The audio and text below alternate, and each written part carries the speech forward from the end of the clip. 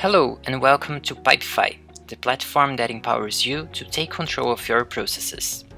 In this video, I'm going to explain how to keep track of requests that were opened through public forms or portals. Even if you don't have access to Pipefy, you can still keep up with the status of your requests. So let's go to the platform. Here we are in a marketing requests pipe. When we create a card through the public form or a portal, it's possible to follow its status through the process if the admin user of the pipe enabled this option in the first place.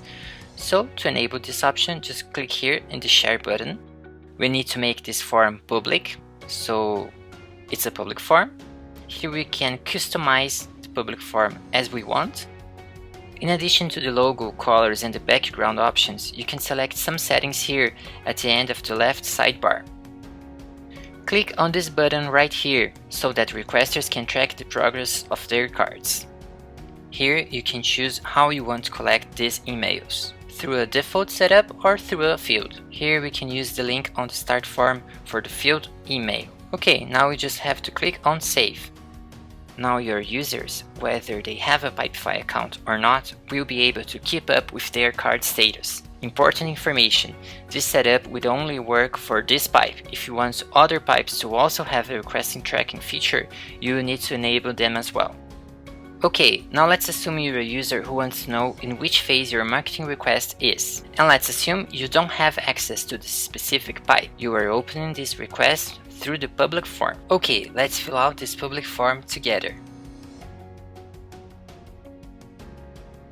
After the public form is filled, just click on submit and it's done. Now I can follow the progress of this request in my email. Let's go to the mailbox to check out how we can see this information. Here I received an email with the information, track your request in marketing requests, and that's the magic link to access the page where I can follow this request.